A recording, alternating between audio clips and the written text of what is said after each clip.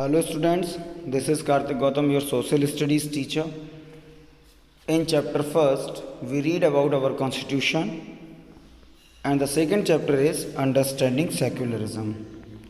So basically in chapter first we read the preamble of the constitution, and in the preamble we read about a word secular. The word secular means state, government, judiciary and executive had no religion. मतलब जो हमारी executive है, जो law को execute करती है, जो legislative है, जो लॉज बनाती है, जो जुडिशरी है, जो न्याय करती है और डिस्प्यूट्स को ख़त्म करती है, जो एडमिनिस्ट्रेशन है हमारा, उनका क्या नहीं होता, कोई भी रिलीजियन नहीं होता। मतलब वो किसी एक पर्टिकुलर रिलीजियन को फॉलो करने वाले नहीं होते हैं। इस फीलिंग को कहा जाता है सेकुलर। अब इस चैप्टर में, जो चैप्टर हमारा सेकंड है, इसमें हमें सेकुलरिज्म, मतलब secularism is a feeling of being secular. Secular होने की जो फीलिंग है सेकुलरिज्म, वो हमको समझनी है। और इससे पहले हमने क्या समझ लिया है कि India is a secular country where state and unions have no religion. Bharat एक ऐसा देश है जो सेकुलर है, जहाँ पर गवर्नमेंट का, एग्जीक्यूटिव का, जुडिशरी का, एडमिनिस्ट्रेटिव का कोई भी धर्म नहीं होता है। दैट मीन वो अगर लॉ बनाएंगे तो सबके लिए बनाएंगे, राइट्स होंगे तो सबके लिए होंगे, स्कॉलरशिप होगी तो सबके लिए होगी, एजुकेशन होगी तो सबके लिए होगी। इतना क्लियर हो गया। अब यही सब हमको पढ़ना है इंडिया में। क्यों? क्योंकि इंडिया एक ऐसी कंट्री है जहाँ पे क्या है, डाइवर्सिटी है। बहुत ज़्यादा लोग डिफरेंट हैं, by the language, by the religion, by the lands, by the agriculture, by the living style and by the education too. एक ऐसा देश जहाँ पे भाषाएं अलग हैं लोगों की, रिलीजियन प्रैक्टिस अलग हैं, एजुकेशन अलग है, लैंग्वेजेस अलग हैं, और क्या है, जो हमारी प्रैक्टिसेस हैं, रिलीजियस प्रैक्टिसेस, जिनको हम क्या कहते हैं, परंपराएं कहते हैं, वो भी अलग अलग हैं। So we are going to start chapter second. The term secular was inserted by the 42 amendment in the preamble through India was always a secular country. ये जो वर्ड है सेकुलर, ये प्रीएम्बल में 42 अमेंडमेंट में ऐड किया गया। What is 42 amendment? Actually जो constitution है हमारा, कॉन्स्टिट्यूशन को फ्लेक्सिबल बनाया गया। मतलब by the need of the parliament can change the constitution. Basically preamble में और जो डायरेक्टिव प्रिंसिपल्स हैं उनमें चेंज नहीं किया जा सकता है, लेकिन जो अच्छी चीज़ें हैं वो ऐड की जा सकती हैं। तो सेकुलर जो फीलिंग है वो अच्छी फीलिंग है। इंडिया शुरू से ही सेकुलर कंट्री था, लेकिन जो सेकुलर वर्ड है वो कब जोड़ा गया? 42 अमेंडमेंट में जोड़ा गया। 42 अमेंडमेंट जो इंदिरा गांधी की गवर्नमेंट थी 1971 में, जब वो इलेक्टेड हुई थी, उसके बाद 42 अमेंडमेंट हुआ था कॉन्स्टिट्यूशन में, तो तब ये वर्ड जो सेकुलर है वो कॉन्स्टिट्यूशन में ऐड किया गया। Secularism here means that discrimination on the basis of religion is neither allowed nor followed by the state. यहाँ स्टेट का मीनिंग कंट्री है, स्टेट का मतलब स्टेट गवर्नमेंट्स नहीं है। सेकुलरिज्म का मीनिंग क्या है? जो भी डिस्क्रिमिनेशन है सोसाइटी में, कि सोसाइटी को सेग्रीगेट किया जाता है, तो वो रिलीजियन के बेस पर नहीं होगा। मतलब कोई किस रिलीजियन का है, इस बेस पर आप उसकी अपॉर्चुनिटीज़, उसके राइट्स और उसकी एजुकेशन को नहीं रोक सकते हैं। तो सेकुलरिज्म समझ में आ गया आपको क्या होता है? मतलब किसी और कास्ट के या किसी और रिलीजियन के होने का बेस पर हम उसके फंडामेंटल राइट्स को नहीं रोक सकते हैं। जैसे कि मैंने हर बार आपको एग्जाम्पल दिया है अफ्रीका का। There was a apartheid, a racial government where all the powers going to whitish and blackies are oppressed. Blackies oppress थे और वाइटिश को क्या थी, पूरी पावर्स वहाँ पे थी। तो वहाँ पे क्या है, सेग्रीगेशन चल रहा है, डिस्क्रिमिनेशन चल रहा है लोगों के बीच में। और इंडिया एक ऐसी कंट्री है जहाँ पर कोई डिस्क्रिमिनेशन नहीं होना है। किस बेस पर? रिलीजियन के बेस पर। जैसे कि आप देखें, कोई कंट्री है मान लीजिए, वहाँ पे माइनॉरिटीज़ हैं। माइनॉरिटीज़ का मतलब है कोई रिलीजियस ग्रुप जो नंबर में कम है, तो उसको क्या है, उसको राइट्स नहीं है। राइट्स का मतलब सऊदी अरेबिया का नाम सुना है आपने, तो सऊदी अरेबिया क्या है, एक इस्लामिक कंट्री है, एक मोनार्की है, वहाँ पे कोई गवर्नमेंट नहीं है, कोई डेमोक्रेसी नहीं है, तो वहाँ पे क्या है, वो इस्लामिक स्टेट है। मतलब जो भी स्टेट है, जो भी कंट्री है, उसका क्या रिलीजन है, वो इस्लामिक रिलीजन को फॉलो करती है पूरी की पूरी कंट्री। अब वहाँ पर जैसे इंडिया के लोग हैं, गुरुद्वारे भी हैं हमारे पास, मंदिर भी हैं, मस्जिद भी हैं, चर्चेस भी हैं, ओपन चर्चेस हैं, ओपन मंदिर हैं, ओपन गुरुद्वारे हैं, कोई भी जा सकता है, कोई भी आ सकता है। किसी भी रिलीजन को दबाया नहीं जाता कि नहीं तुम पूजा नहीं करोगे या तुम लोग नहीं करोगे। लेकिन सऊदी अरेबिया में क्या है, जो दूसरी रेस के लोग हैं, दूसरे रिलीजन को फॉलो करने वाले लोग हैं, वो अपनी प्रैक्टिसेस, जो रिलीजियस प्रैक्टिसेस हैं, मतलब जो भी पूजा पाठ करेंगे वो पब्लिकली नहीं कर सकते, अपने घरों पे करेंगे।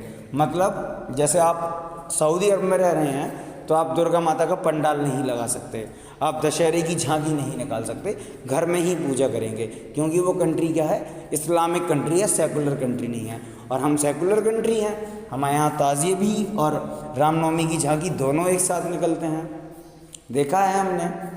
वहाँ से ताज़िया निकल रहा, वहाँ से राम जी की झांकी जा रही है, यहाँ दुर्गा पंडाल लगा है, हम क्रिसमस भी सेलिब्रेट बहुत अच्छे से कर रहे हैं, गुरु पर्व भी बहुत अच्छे से सेलिब्रेट होता है। तो ये फ़र्क उनमें और हम में है। तो इतना क्लियर हो गया, a secular government, sorry a secular country and a non secular country. The state can not adopt any particular religion as the state religion. Secular होने का मतलब है कि स्टेट जो है, जो कंट्री है, उसका कोई रिलीजन नहीं होता है, उसके सारे ही रिलीजन हैं और वो सबकी ही बातों को ध्यान में रखेगी, सारे लोगों को राइट्स इक्वली देगी।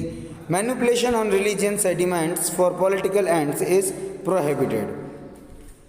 पॉलिटिक्स में इन चीज़ों का, धर्म की बातों का, मंदिर जाके कोई मीटिंग करना या मस्जिद जाके कोई मीटिंग करना, ये सारी चीज़ें रोकी गई हैं। Article 29 and 30 of our constitution grant culture and education right. और जो हमारे कॉन्स्टिट्यूशन के राइट आर्टिकल्स हैं 29 और 30, इन्होंने हमको फंडामेंटल राइट्स दिया है। कौन सा फंडामेंटल राइट्स दिया है? कल्चर एंड एजुकेशन राइट का। मतलब हम जिस चीज़ को मानना चाहते हैं वो कर सकते हैं, जिस कल्चर में रहना चाहते हैं वो कल्चर फॉलो कर सकते हैं, और एजुकेशन हमको जो बेसिक्स हैं वो हमको मिलेगी, गवर्नमेंट ही देगी। कैसे? जैसे अगर आपके पास पैसा होता है तो लोग प्राइवेट इंस्टीट्यूशन में पढ़ते हैं, अगर नहीं होता है तो गवर्नमेंट इंस्टीट्यूशन 13 साल 14 साल तक के बच्चों के लिए फ्री हैं। उसके बाद सरकारी इंस्टीट्यूशन है जहाँ से 10th और 12th करते हैं लोग। फिर गवर्नमेंट इंस्टीट्यूशन है जहाँ से आप ग्रेजुएशन कर सकते हैं। अगर आप पढ़ने में अच्छे हैं तो आप एंट्रेंस एग्ज़ाम क्वालिफाई करते हैं और आपको गवर्नमेंट जो इंस्टीट्यूशन है वहाँ पे पढ़ाई करने का मौका मिलता है। तो ये अपॉर्चुनिटी सारे लोगों के लिए हैं बिना किसी डिस्क्रिमिनेशन के। तो यही क्या होता है? सेकुलर होता है। मतलब जब आप कोई एग्ज़ाम निकाल रहे हैं तो जब आपकी अपॉइंटमेंट होगी, जब आप ज्वाइन करेंगे जॉब को अपने, तो उसमें इससे फ़र्क नहीं पड़ेगा कि आपका सरनेम क्या है। बात समझ में आई? तो जब सरनेम का इफेक्ट इन चीज़ों पे कहाँ, स्कूल में ना पढ़े, जॉब्स में ना पढ़े, ठीक है, तो उसको क्या कहते हैं? सेकुलरिज्म कहते हैं। तो ये हमारा बेसिक क्या हो गया? सेकुलर। हमें समझ में आ गया कि सेकुलरिज्म क्या होता है और सेकुलर कंट्री कैसे काम करती है, कैसे लोग रहते हैं। And the next is need for secularism. ज़रूरत क्या है सेकुलरिज्म की? तो एक्चुअली क्या है, लास्ट वीडियो में हमने एक चीज़ समझी थी क्या, कि जो अमेरिका है वहाँ पे दो लोग थे, तो एक तो प्रॉपर अमेरिकन्स और एक अफ्रीकन अमेरिकन्स। तो अफ्रीकन अमेरिकन्स के राइट्स लिमिटेड थे, मतलब अफ्रीकन अमेरिकन्स को उतने राइट्स नहीं थे जितने प्रॉपर अमेरिकन्स को वहाँ पर थे, ठीक है ना। अब मान लीजिए कोई कंट्री है जहाँ पे दो रेस के लोग रहते हैं, रेस मतलब नस्ल या फिर रिलीजियस प्रैक्टिस समझ लो आप, हिंदू रहते हैं, मुसलमान रहते हैं। तो Hindu on a large number है, मतलब मेजॉरिटी में है, मुस्लिम इन मिनिमम नंबर है, तो वो माइनॉरिटीज़ में है। अब जब कोई माइनॉरिटी में होगा तो उसको सरप्रेस किया जा सकता है, उसको ऑप्रेस्ड किया जा सकता है, उनके राइट्स को छीना जा सकता है, ठीक है ना। और फिर क्या होता है, कंट्री इन्हीं चीज़ों में फंसी रहेगी। किन चीज़ों में? हिंदू मुस्लिम, हिंदू मुस्लिम, हिंदू मुस्लिम में। तो इन चीज़ों को छोड़ के ग्रोथ के सेक्टर पर दिमाग लगाना, ठीक है, कंट्री को आगे ले जाना, इन सब के लिए बेसिकली किस चीज़ की ज़रूरत होती है? सेक्युलरिज्म की। क्यों? ऐसे समझिए, जैसे मान लीजिए इंडिया जो हमारा कंट्री है, वहाँ पे अगर मुस्लिम्स को एजुकेशनल राइट्स नहीं होते और अपॉर्चुनिटीज़ नहीं होती, तो हमें कौन नहीं मिलता? हमको APJ अब्दुल कलाम ही नहीं मिलते। बात समझ में आई ना? क्योंकि वो माइनॉरिटीज़ थे, उनके पास राइट्स नहीं होते तो वो एजुकेशन ही नहीं पा पाते, और क्या होता फिर वो हमें मिल ही नहीं पाते। इतने ग्रेट प्रेसिडेंट, ग्रेट साइंटिस्ट हमें कभी मिल ही नहीं पाते। क्यों? क्योंकि उनको फंडामेंटल राइट्स ही नहीं होते एजुकेशन के। जैसे मनमोहन सिंह है, द ग्रेटेस्ट इकोनॉमिस्ट, वर्ल्ड के ग्रेटेस्ट इकोनॉमिस्ट माने जाते हैं former prime minister Manmohan Singh, तो वो भी माइनॉरिटीज़ हैं, सिख हैं। अब माइनॉरिटीज़ के जब राइट नहीं होते तो सिखों के राइट्स भी नहीं होते, तो जब सिखों के राइट्स नहीं होते तो उन्हें भी एजुकेशन नहीं मिलती, ठीक है ना? तो फिर हमको इतना बड़ा इकोनॉमिस्ट भी नहीं मिलता। तो ये प्रॉफिट होता है सेकुलरिज्म का। ऐसे बहुत सारे लोग होते हैं जो माइनॉरिटीज़ होते हैं लेकिन कंट्री के लिए बहुत कुछ करते हैं, ठीक है ना? जैसे हमने हमेशा जब हम पढ़ते हैं वॉर्स के बारे में तो वीर अब्दुल हमीद का नाम सुनते हैं, जिन्होंने क्या किया था, पाकिस्तान के बहुत सारे टैंक्स खुद उड़ाए थे, तो वो भी माइनॉरिटीज़ है। अगर उन्हें एजुकेशनल राइट नहीं मिलता तो वो पढ़ते ही नहीं, कभी आर्मी में ही नहीं जा पाते। और हमारी जो वॉर में जो हमारी विक्ट्री है उसका एक पार्ट वो कभी नहीं बनते। तो ये चीज़ें क्या हैं, ये समझाती हैं कि सेकुलरिज्म क्यों ज़रूरी है। क्योंकि टैलेंट किसी भी स्टेट से, किसी भी गांव से, किसी भी लोकल लैंग्वेज से और किसी भी रिलीजियन से निकल सकता है और कंट्री को सर्व कर सकता है। तो जो पॉइंट्स यहाँ फॉलोइंग है हम उनको पढ़ेंगे।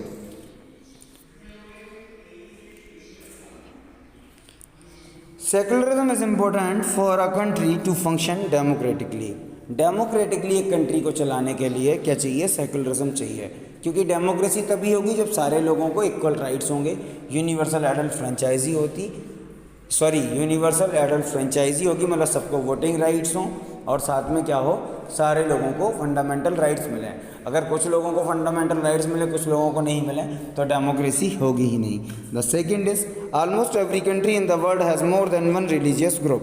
From among these group one group may be in majority.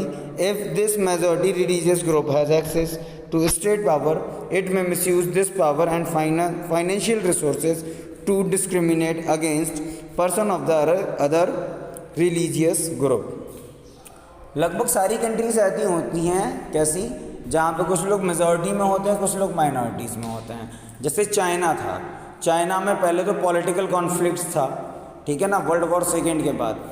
वहाँ पे क्या कंडीशन थी कि जो लोग थे वो डिवाइडेड थे दो आइडियोलॉजीज़ में। जैसे हमारे यहाँ दो आइडियोलॉजी हैं पॉलिटिकल, एक बीजेपी एक कांग्रेस, तो ऐसे ही चाइना में लोग थे, एक नेशनलिस्ट एक कम्युनिस्ट। तो कम्युनिस्ट ने नेशनलिस्ट को भगा दिया कंट्री से और उन्हें एक अलग कंट्री बनानी पड़ी।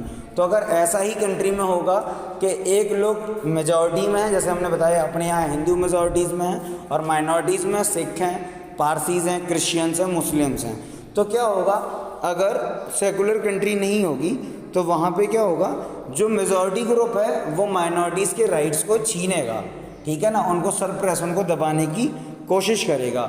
और जो फाइनेंशियल रिसोर्सेज हैं, जैसे ज़मीनें हैं, दुकानें हैं, लैंड्स है,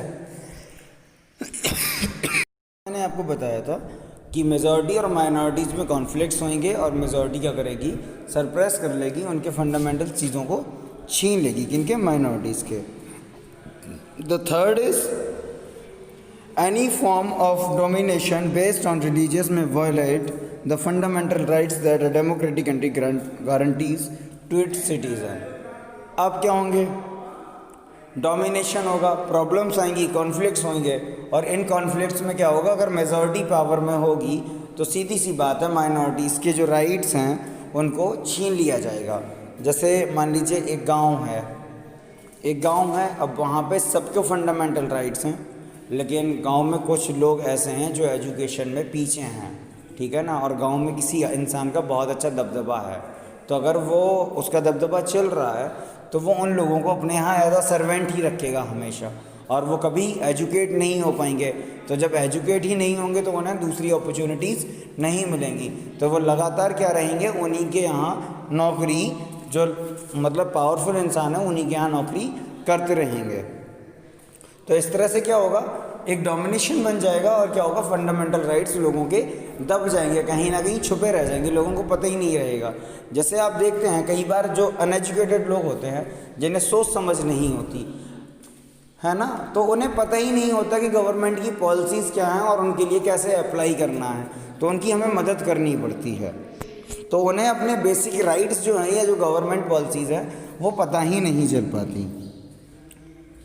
It is essential for a democratic country to be secular because it has to protect the freedom of individual to exit from their religion, adopt another religion, or have the freedom to interrupt religious teaching differently.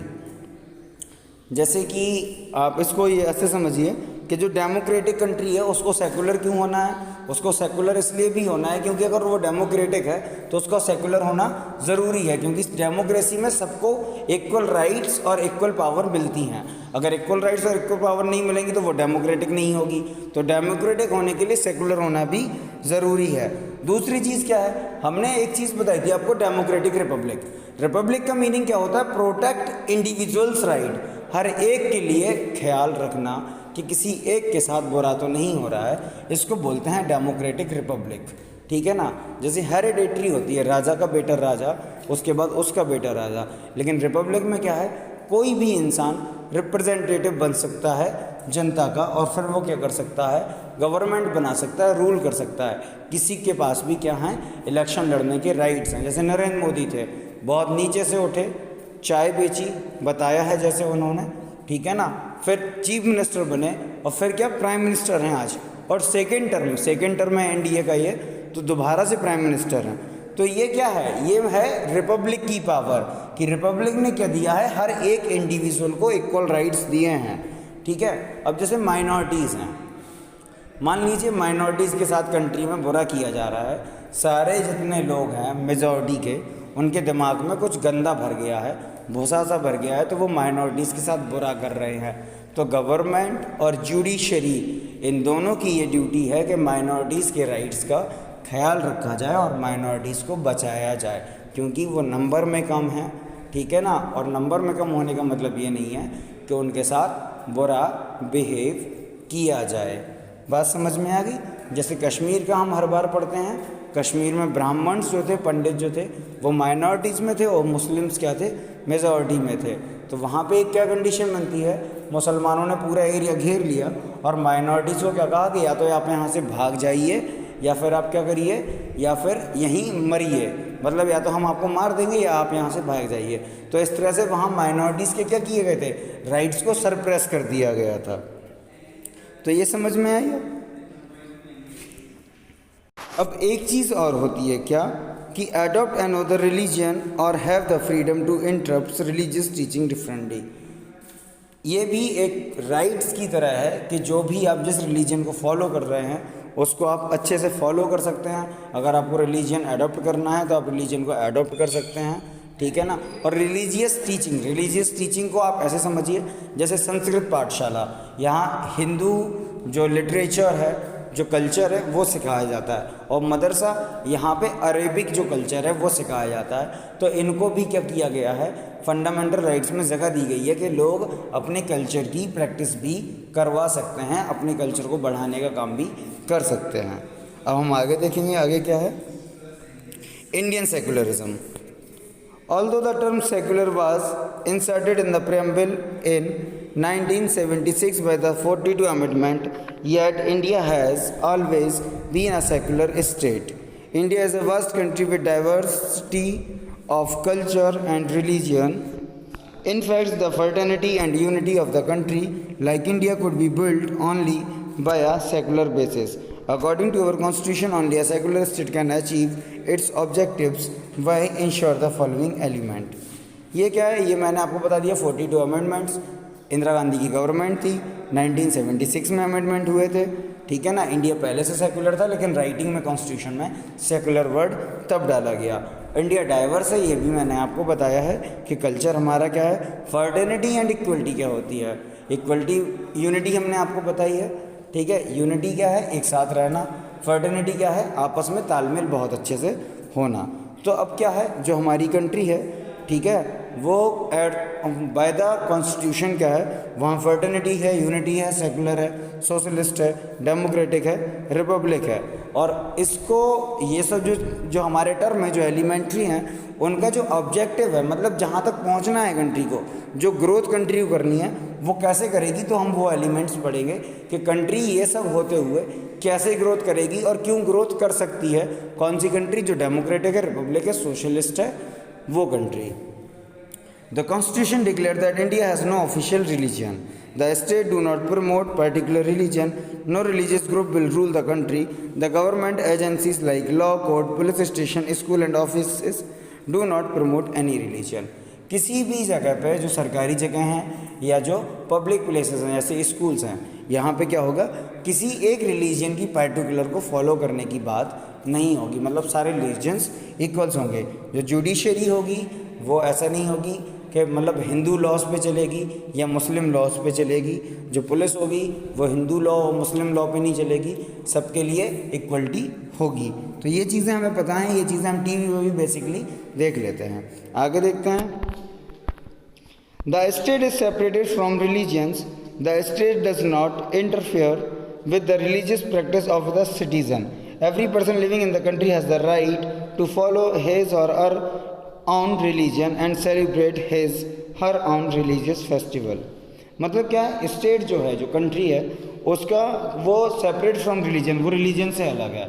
उसको नहीं मतलब है कि किस इंसान का कौन सा रिलीजन है, वो किस रिलीजन को प्रैक्टिस कर रहा है, वो बस प्रैक्टिस कर रहा है। और प्रैक्टिस करने का मतलब है उसकी प्रैक्टिस से, उसके रिचुअल से किसी और को प्रॉब्लम्स नहीं होनी चाहिए। जैसे डाइवर्सिटी में हमने पढ़ा है, कहीं हम ओणम मनाते हैं, कहीं हम पोंगल मनाते हैं, कहीं बैसाखी, कहीं लोहरी, गणेश चतुर्थी। गणेश जी हम भी पूजा करते हैं, लेकिन जिस तरह से महाराष्ट्र में गणेश चतुर्थी मनाई जाती है वैसे हम नहीं मनाते। दुर्गा पूजा जैसे बंगाल में मनाई जाती है उतने धूमधाम से हम नहीं मनाते, ठीक है। दशहरा जितनी खुशी से हम लोग मनाते हैं, शायद असम में, उड़ीसा में, भुवनेश्वर में उतनी खुशी से नहीं मनाया जा सकता।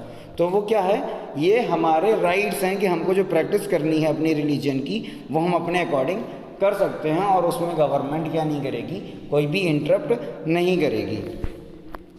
However, sometimes if a religious procession or celebration might lead to disruption of law and order, the police can intervene and impose some restrictions. कई बार क्या होता है, पुलिस जैसे कहते नहीं है कि राम जी की रैली जा रही थी और पुलिस ने रोक ली, ठीक है ना, ये ताजिए जा रहे थे और पुलिस ने रोक लिए। तो उसका रीज़न क्या होता है, मान लीजिए जो पब्लिक प्लेस है वहाँ पे आप कोई चीज़ निकाल रहे हैं और उससे पब्लिक को प्रॉब्लम हो रही है, तो कई बार पुलिस हम लोगों पे रिस्ट्रिक्शन लगा लेती है।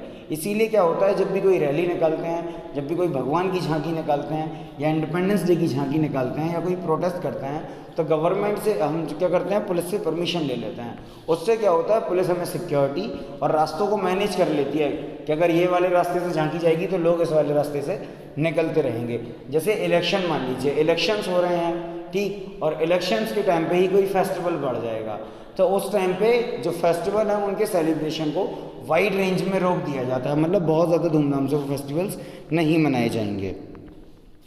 Citizen following any particular reason have the right to cast their vote during election. किसी भी रिलीजन का सिटीजन हो उसको राइट है वोट डालने का। The government do not discriminate among the people on the basis of religion. The state does not consider the religions of an individual while admission to educational institute or recruitment in government services. ये मैंने आपको बता ही दिया कि government किसी को discriminate नहीं करती कि उसका सरनेम क्या है, उसके सरनेम का इफेक्ट उसकी एजुकेशन लेने के लिए नहीं पड़ेगा और ना ही उसके सरनेम का इलेक्शन सरनेम से गवर्नमेंट उसे जज करेगी कि उसे ये जॉब दी जाए या नहीं दी जाए। People belonging to every religion have the right to build place of worship everywhere in the country. Her religion के लोगों को ये हक है कि वो अपनी पूजा के लिए मंदिर, मस्जिद, गुरुद्वारे बनाएं। लेकिन उसके लिए क्या है, ऐसा नहीं कि आप किसी की भी ज़मीन पे बना देंगे। आपके पास खुद की ज़मीन होनी चाहिए जिस पर आप ये सब चीज़ें बनाएं। The right to freedom of religion is one of the most important fundamental rights guaranteed to all the citizens of the country. और ये सारी चीज़ें जो हमने रिलीजन से रिलेटेड पढ़ी हुई हैं, ये क्या है, ये एक फंडामेंटल राइट है, ठीक है ना, जिसको कहा जाता है फ्रीडम ऑफ रिलीजन।